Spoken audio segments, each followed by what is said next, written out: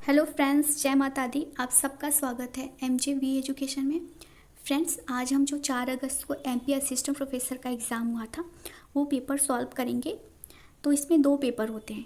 एक होता है आपका स्टेट स्पेसिफिक जनरल पेपर, दूसरा होता है आपके सब्जेक्ट का। तो पहले पेपर में 50 प्रश्न पूछे जाते हैं, 50 प्रश्न पूछे जाते हैं और दूसरे में 150, यानी जो टोटल प्रश्नों की संख्या होती है वो 200 होती है।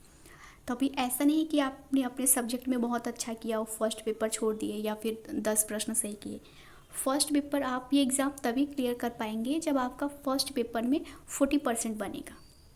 40% यानी कि 20 प्रश्न आपके फर्स्ट पेपर में सही होगा, तभी आप ये एग्ज़ाम क्वालिफाई कर पाएंगे। तो देखते हैं प्रश्न। पहला है, निम्न में से कौन सा आधुनिकता का संस्थागत आयाम नहीं है। तो अगर आपने गणित के 4 पिलर्स पढ़े हैं तब भी आप इसको सॉल्व कर लेंगे।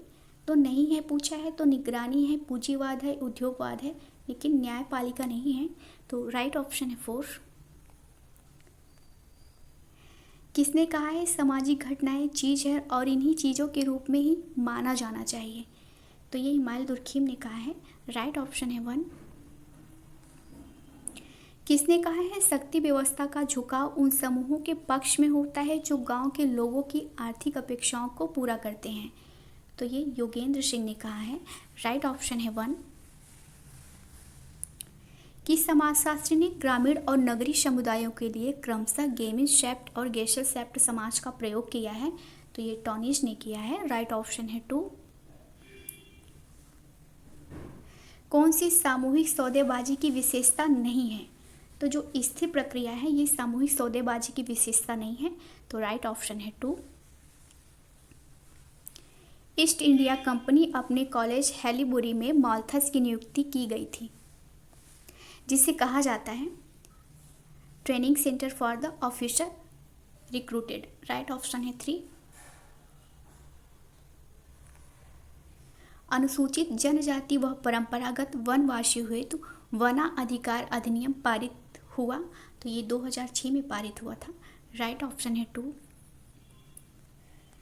किन्हें आदिवासियों का मसीहा माना जाता। तो ये ठक्कर बाबा हैं। इसका भी राइट ऑप्शन 2 है। ये सब पहले पूछा जा चुका है। SC दुबे ने किस पुस्तक में लिखा है, यह याद रखना आवश्यक है कि भारतीय जनसंख्या का बड़ा हिस्सा अलग अलग मात्रा में नस्ली मिश्रण का प्रतिनिधित्व करता है। तो इन्होंने अपनी बुक इंडियन सोसाइटी में कहा है। राइट ऑप्शन है 2। सामाजिक रूप से स्थापित काम करने के तरीकों को कहा जाता है। तो ये संस्था कहा जाता है। राइट ऑप्शन है 1। जो भूमिका एक अभिनेता मंच पर निभाता है उसे कभी कागज के एक रोल पर लिखा गया था। किसने कहा है। तो ये टॉलकट पार्सन्स ने कहा है। राइट ऑप्शन है इसका 3। कार्ल मार्क्स के अनुसार दरिद्रता परिणाम है तो एक्सप्लॉयटेशन का, यानी कि शोषण। राइट ऑप्शन है 3। गॉड्स एंड मैन पुस्तक के लेखक हैं तो ये GS खुरिया की बुक है। इसका भी राइट ऑप्शन 2 है। कारखाना व्यवस्था में डैश की आवश्यक विशेषता नहीं है। तो ये गिल्ड्स का है। राइट ऑप्शन है 2। निम्नलिखित में से किस विद्वान ने जजमानी व्यवस्था की प्रकारात्मक दृष्टि से एक अच्छी व्यवस्था माना है। तो ये विलियम H. वाइजर हैं। इन्होंने करीमपुर गांव का अध्ययन किया है। राइट ऑप्शन है 3। किसने जनसंख्या शिक्षा की अवधारणा प्रस्तुत की है। तो राइट ऑप्शन है 4, वैलेंट ने। पर्ल प्रेगनेंसी इंडेक्स से संबंधित है। तो ये परिवार नियोजन से संबंधित है। राइट ऑप्शन है 2। निम्नलिखित में से किसने धर्म को पवित्र और अपवित्र में विभाजित किया है। तो ये इमाइल दुर्खिम ने किया है। राइट ऑप्शन है 3। एंथोनी गिडिंस ने किस पुस्तक में संरचनाकरण का सिद्धांत प्रस्तुत किया है। तो the constitution of society. Right option है 2।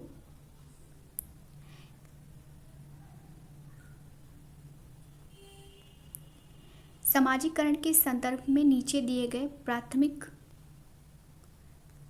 प्रस्ताव को हमारे समक्ष किसके द्वारा प्रस्तुत किया गया है। तो मन सामाजिक है और समाज मानसिक है। तो ये हम सामाजिकरण में पढ़ते हैं जब GH मेड को। तो राइट ऑप्शन है इसका 1, GH मेड ने कहा है। निम्नलिखित में से कौन सा सामाजिकरण का सोपान नहीं है? तो सामाजिकरण में मौखिक अवस्था होती है, शौच अवस्था होती है, किशोर अवस्था होती है, सकारात्मक करके कोई अवस्था नहीं होती है। तो राइट ऑप्शन है 4। सूची 1 से सूची 2 का मिलान करते हुए तालिका में से सही उत्तर का चुनाव कीजिए। तो एक तरफ विचारक का नाम दिया है, दूसरी तरफ पुस्तक का नाम दिया है। तो हम जो सबसे ज़्यादा हम जो सुने हैं वो जब हम कल्चर को पढ़ते हैं तो वहाँ पे E.V. टाइलर का बुक है प्रिमिटिव कल्चर, और दूसरा हम हर्बर्ट स्पेंसर को ले लेते हैं तो उनकी बुक का नाम है प्रिंसिपल ऑफ सोशियोलॉजी। तो ए में 4 हो गया और 3 में 1 हो गया। अभी हम देखते हैं किस में है। तो ए में 4 हो गया और सी में 1, तो ये राइट ऑप्शन हो जाएगा इसका सी। निम्न में से कौन संधारणीय अथवा समपोषक विकास में प्रयुक्त प्रायः मुखर्जी के S3 आयाम के रूप में जाना जाने वाला आयाम नहीं है? तो अस्तित्व, सुरक्षा, शैली और गरिमा। तो इसका जो राइट ऑप्शन हो जाएगा वो है गरिमा।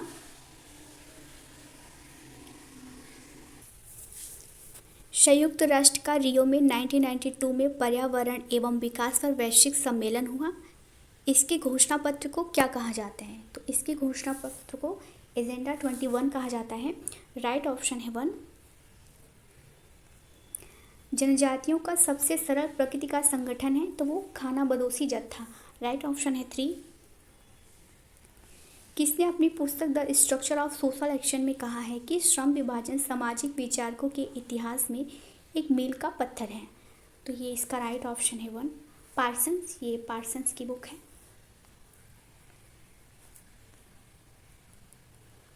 ओपन एंडेड सवाल है, तो एक ओपन एंडेड सवाल होता है, एक क्लोज एंडेड होता है।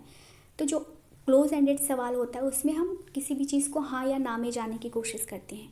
जो ओपन एंडेड सवाल होता है उसमें क्या है, क्यों है, कैसा है, ऐसे सवाल पूछे जाते हैं। तो इसका राइट ऑप्शन 3 हो जाएगा, जो प्रतिवादियों को चुनने के लिए संभावित उत्तर का सेट प्रस्तुत नहीं करते हैं और एक डिस्क्रिप्टिव होता है, क्यों है, कैसे है।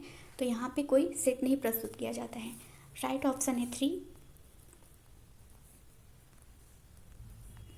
निम्नलिखित में से कौन सा एक गैर संभाव्यता नमूना विधि नहीं है?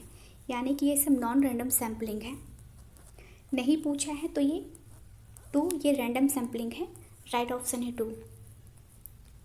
हिंदू जजमानी व्यवस्था पुस्तक के लेखक कौन है? तो ये विलियम वाइजर हैं। राइट ऑप्शन है 2।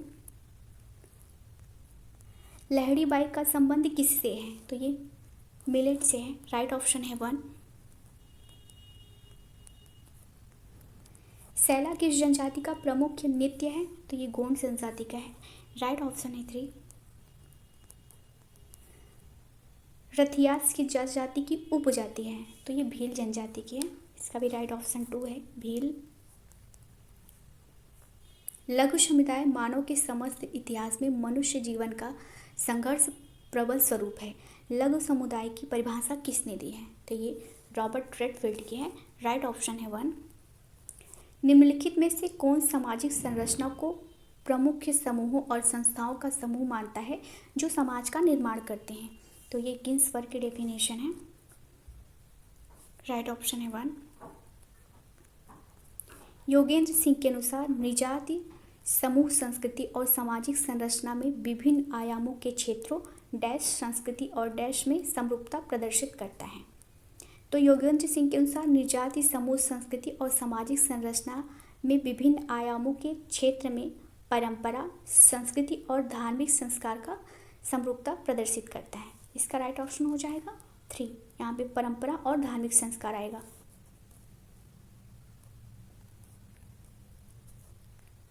डैश ने बताया है कि 20वीं सदी की दूसरी तिमाही में अमीर और उच्च संस्करण के लोग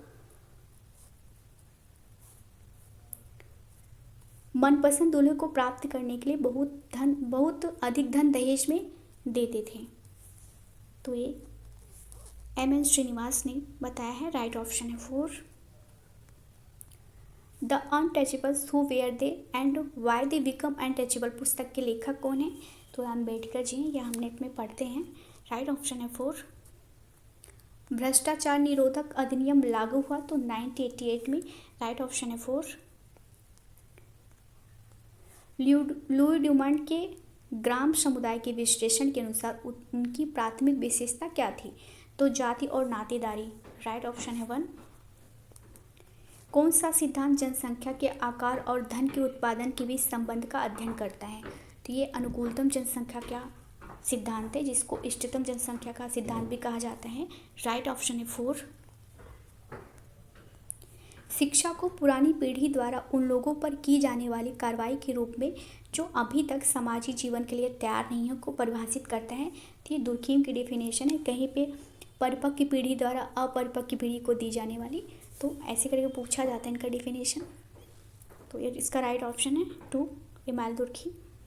किस समाजशास्त्री ने आधुनिकता से जुड़े हुए भ्रमपूर्ण विचारों का खंडन अपने पुस्तक मिस्टेकन मॉडर्निटी में किया है? तो ये दीपांकर गुप्ता हैं। राइट ऑप्शन है 3। देखिए, नेट में 26 थिंकर पूछे जाते हैं, तो अगर आपको उन थिंकर के बारे में पढ़ना है तो एलपी दोषी की एक बुक आती है ग्रीन कवर वाली, आप उसको ले लीजिए, तो वहाँ से आपके सारे डाउट्स क्लियर हो जाएंगे। ये सब उसमें दिया हुआ है। तो इसका राइट ऑप्शन है 3। मैकीमेरियट ने आधुनिक विकास और परंपरा के प्रभाव का अध्ययन करने के लिए किस गांव का चयन किया था? जिन्होंने किशनगढ़ी का अध्ययन किया था, जो यूपी में है। राइट ऑप्शन है 4। ग्रामीण समुदाय छोटी गणतंत्रों की तरह हैं, जिनके पास वह सब है जो वह अपने लिए चाहते हैं। तो ग्रामीण समुदायों को छोटे गणराज्य, ये चार्ल्स मेटकाफ ने कहा है। ये पीजीटी में नेट में कई बार पूछा गया है। तो इसका राइट ऑप्शन है 3। जिम्मेदार प्रवासन और लोगों की गतिशीलता से संबंधित सतत विकास का लक्ष्य है, तो ये 10.7 है। राइट ऑप्शन है 2। निम्नलिखित में से कौन सा प्रवासन के खिंचाव का कारक का उदाहरण है, यानी कि पुल फैक्टर कौन सा है? तो जब हम जो ऐसी परिस्थितियां बन जाती है जब हम उस जगह से निकलना बहुत ज़रूरी हो जाता है, मतलब दबाव के कारण हम निकालते हैं, तो वो पुश फैक्टर होता है। जब हम किसी चीज़ से आकर्षित होकर कहीं पे जाते हैं, प्रवासन करते हैं, तब वो हमारा पुल फैक्टर होता है। तो यहाँ पे नौकरी का जो अवसर है ये हमें खींच रहा है, ये पुल फैक्टर है। तो राइट ऑप्शन है 3। विश्व प्रजनन सर्वेक्षण कार्यक्रम की स्थापना किस संगठन ने की है? तो ये अंतर्राष्ट्रीय सांख्यिकीय संस्थान है। इसका राइट ऑप्शन हो जाएगा 1। फ्रेंड्स, इसका नेक्स्ट पार्ट में जल्दी अपलोड कर दूंगी। तो वीडियो देखने के लिए धन्यवाद।